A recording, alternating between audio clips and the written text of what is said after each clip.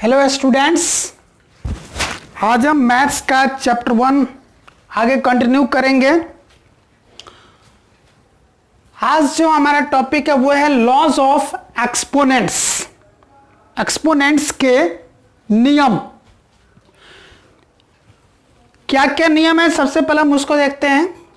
x raise to the power 0 is equal to 1, यानी कि number कोई कितना भी बड़ा क्यों नहीं हो, कितना भी छोटा क्यों नहीं हो, चाहे वो पॉजिटिव हो या नेगेटिव हो, कोई भी नंबर हो, पॉजिटिव नंबर हो, नेगेटिव नंबर हो, छोटा से छोटा नंबर हो, बड़ा से बड़ा नंबर हो, कोई भी नंबर हो, चाहे वो अल्फाबेट्स में रिप्रेजेंट किया गया हो, न्यूमेरिक वैल्यू में रिप्रेजेंट किया गया हो, कैसा भी हो, अगर उसका पावर 0 हो गया, उसका एक्सपोनेंट 0 हो गया तो उसका वैल्यू 1 होगा।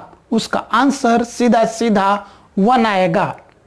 0 का पावर 0 1, 2 का पावर 0 1, 1 का पावर 0 1, 100 का पावर 0 1, इंफिनिटी का पावर 0 1, माइनस इंफिनिटी का होल पावर 0 1, x का पावर 0 1, a का पावर 0 1, इस तरह से।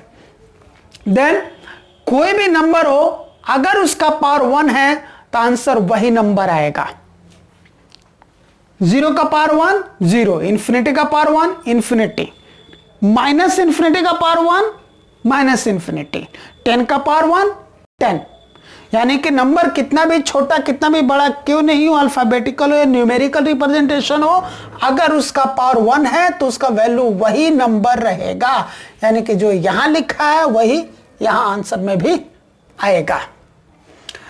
x raise to power -1 is equal to 1 upon x। x raise to power -1 अगर है तो वैल्यू क्या आ जाएगा जी, 1 upon x। x raise to power -1 है तो उसका वैल्यू जाएगा 1 upon x to the power n, या फिर 1 upon x whole to the power n। x upon y raise to power -1 है तो ये क्या हो जाएगा, y अपॉन x हो जाएगा, यानी कि ये पलट जाएगा। जो यहाँ डिनोमिनेटर जो यहाँ डिनोमिनेटर था वो यहाँ न्यूमरेटर हो गया, और जो यहाँ न्यूमरेटर था वो यहाँ डिनोमिनेटर हो गया। बिल्कुल ये ऐसे पलट गया।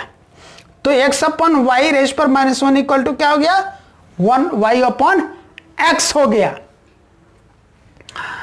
Then x upon y raise पर -1 क्या होगा, ये पलट करके y अपॉन x का पावर n हो जाएगा। x raise to power 1 upon n क्या होता है, ये nth रूट x। ये जो यहां लिखा है उतना ही ये रूट हो जाएगा। अगर यहां 2 होगा तो ये स्क्वायर रूट बन जाएगा। अगर यहाँ n की जगह 3 हो तो ये क्यूबिक रूट हो जाएगा। अगर n की जगह 4 हो तो ये 4th रूट हो जाएगा। n की जगह 5 हो तो ये 5th रूट हो जाएगा। और यहां जो बेस है वो रूट के अंदर आ जाएगा, यानी कि x to the power 1 upon n क्या हो जाएगा, nth रूट x। उसी तरह x to the power m upon n क्या हो जाएगा, nth root x to the power m। यानी कि यहां भी वही है, जो डिनोमिनेटर ये n है वही आकर के रूट बन रहा है। यानी कि n है तो nth रूट, यहाँ 2 है स्क्वायर रूट, यहाँ 3 है तो क्यूबिक रूट, 4 है तो 4th रूट, 5 है तो 5th रूट। और यहां जो न्यूमरेटर है वो इस बेस के साथ आ जाएगा, यानी कि x का पावर m यही रूट के अंदर आ जाएगा। तो क्या बना, x raise to power m upon n is equal to nth root x to the power m। Next है x to the power m into x to the power n। ऐसे case हम क्या दे रहे हैं, बेस इक्वल है, यहां भी x है यहां भी x है, पावर डिफरेंट है, इसका पावर m है इसका पावर n है, और ये दोनों किसमें, मल्टीप्लाई में। यहां पर डॉट का अर्थ मल्टीप्लाई है, या इसकी जगह मल्टीप्लाई का भी साइन डाल सकते हैं, या फिर इन दोनों को ऐसे ऐसे करके ब्रैकेट में डाल सकते हैं, तब भी वही सेंस आएगा, मल्टीप्लाई का है।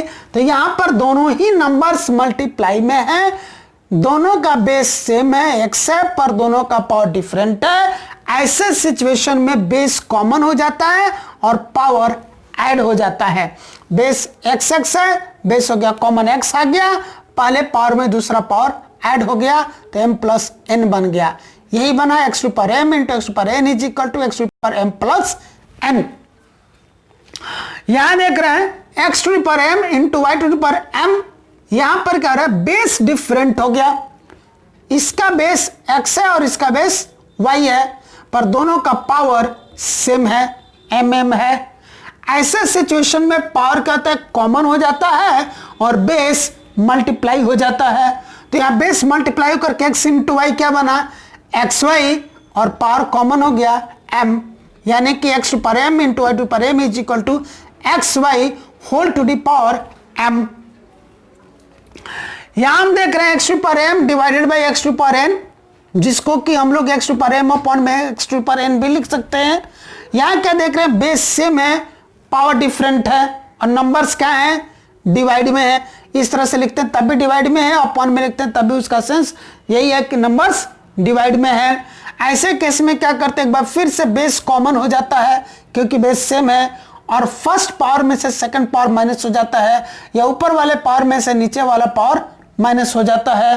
तो क्या बनता है, x to power m divided by x to power n is equal to x to power m minus n, या फिर x to power m upon x to power n is equal to x to power m minus n। यहां है x to power m divided by y to power m। यहां देख क्या देख रहे हैं हम लोग, बेस जो है वो डिफरेंट हो गया, पावर सेम हो गया। इसी चीज को इस फॉर्म में लिख सकता अपॉन में, तो x to power m upon में वाई टू पावर m बना, यानी कि इस डिवाइड की जगह ही हम लोग अपॉन का साइन लगा रहे हैं। तो इसका भी सेंस डिवाइड में ही है, इसका भी सेंस डिवाइड में ही है। यहां पर हम क्या देख रहे हैं, बेस डिफरेंट है लेकिन पावर सेम है। ऐसे केस में क्या होगा कि पहले बेस को दूसरे बेस से डिवाइड कर देंगे और पावर कॉमन रह जाएगा। तो वही बना x to power m divide by y to power m is equal to x to power m upon y to power m is equal to x upon y whole to the power m। यहां x to power m whole to the power n। ऐसे case में क्या होता है, base वही का वही रह जाता है और पावर मल्टीप्लाई हो जाते हैं। अगर इस यहां भी इसके पावर में भी कुछ और होता, जैसे अगर ये ऐसे रहता है x का power m whole to the power n whole to the power p, तब भी यही होता है, बेस सेम रह जाता है, ये तीनों पावर मल्टीप्लाई हो जाते हैं, यानी कि m into n into p हो जाता पावर ऐसे। तो ये बना x to power m whole to power n equal x to power mn, x to power m whole to power n whole to power p is equal to x to power mn p। Root under x y is equal to root under x into root under y. Root under x upon y is equal to root under x upon में root under Y, अलग अलग हो गया। इस ठीक इसी तरह इसका रिवर्स भी हम याद करके रखेंगे। इस डायरेक्शन में, फॉरवर्ड डायरेक्शन में हमने याद किया, अब रिवर्स डायरेक्शन में भी इसको याद करके रखने लायक है कि 1 अपॉन एक्स का अर्थ है एक्स टू पावर माइनस 1, ऐसे एक्स टू पावर n का अर्थ है x to power minus n, y upon x का अर्थ है एक्स अपॉन वाई का power minus 1, y upon x whole to power n का अर्थ हो गया एक्स अपॉन वाई का power minus n, nth root x का अर्थ हो गया x raise to power 1 upon n, nth root x to the power m का अर्थ क्या हो गया x to the power m upon में n, x to the power m plus n का अर्थ हुआ x to the power m into x to the power n, x y whole to power m is equal to का अर्थ हुआ x to the power m into y to the power m, x to power m minus n का क्या अर्थ हुआ x to power m divided by x to the power n, या फिर x to power m upon x to the power n। X upon y whole to the power m का क्या अर्थ हुआ x to the power m divided by y to the power m, या फिर x to power m upon y to the power m।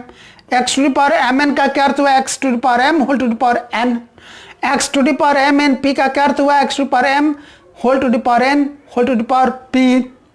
Root under x into root under y क्या हुआ root under x y, root under x upon root under y क्या हुआ root under x upon y, यानी कि दोनों ही direction से इसको हमें समझ करके याद रखना पड़ेगा, तभी कैलकुलेशंस करना आसान होगा। एक एग्जांपल देखते हम लोग, एग्जांपल 21। यहाँ है 2 raise to power 2/3 into dot का अर्थ अभी बताया था ना multiply into 2 raise to power 1/3। यहाँ क्या देख रहे हैं हम लोग, बेस सेम है ना, 2 यहाँ है 2 यहाँ भी है, दोनों का बेस सेम है, पावर डिफरेंट है। ऐसे सिचुएशन में क्या रूल पढ़ाया था, बेस कॉमन रह जाएगा और पावर ऐड हो जाएगा। तो बेस था 2, कॉमन रह गया, पावर ऐड हो गया, 2/3 प्लस 1/3 हो गया, is equal to 2 raise to power 2/3 plus 1/3 क्या जाएगा 3/3, 3/3 कट गया ना, 3 1 जा 3, यानी कि 2 रेज़ पर 1 आया। और जब इसका पावर 1 है तो आंसर यही नंबर आ जाएगा ना, जैसे हम पढ़ाया था x पर 1 इज इक्वल टू x, तो यहां पर अब ये 2 आ गया, ये हमारा फाइनल आंसर हो गया। नेक्स्ट क्वेश्चन है 3 रेज़ पर 1/5 होल रेज़ पर 4, क्या नियम लागू होता है ऐसे सिचुएशन में, ये पावर मल्टीप्लाई हो जाता है। तो 3 रेज़ टू पावर, ये दोनों पावर मल्टीप्लाई तो क्या बनेगा 4 1 जा 4/5, 3 रेज़ टू पावर 4/5, ये आंसर हो गया। यहाँ हम क्या देख रहे हैं 7 raise to power 1/5 whole upon 7 raise to power 1/3। यहाँ पर क्या बेस सेम है, पावर डिफरेंट है, बेस कॉमन रह जाएगा, ऊपर वाले पावर में से नीचे वाला पावर माइनस हो जाएगा, यानी कि 7 raise to power 1/5 minus 1/3 is equal to 7। अब यहाँ पर 5 और 3 कैल्सियम 15 हो गया, 5 से 15 को बैठ कर 3 आएगा, 3 इंटू 1 क्या होगा जी 3, बीच में माइनस का साइन आएगा, 3 से 15 को डिवाइड करेंगे क्या आएगा 5, 5 इंटू 1 5, तो ये बन गया 7 raise to power 3 minus 5 upon में 15, this is equal to 7 raise to power 3 minus 5 क्या आ जाएगा जी। जब भी ऐसा सिचुएशन होता है हम क्या करते हैं, बड़े नंबर में से छोटे को घटाते हैं और साइन बड़े का लगाते हैं। बड़ा नंबर 5 है, छोटा नंबर 3 है, 5 में से 3 घटा दिया 2 आ गया, बड़ा माइनस में था इसलिए माइनस का साइन लग गया, अपॉन में 15।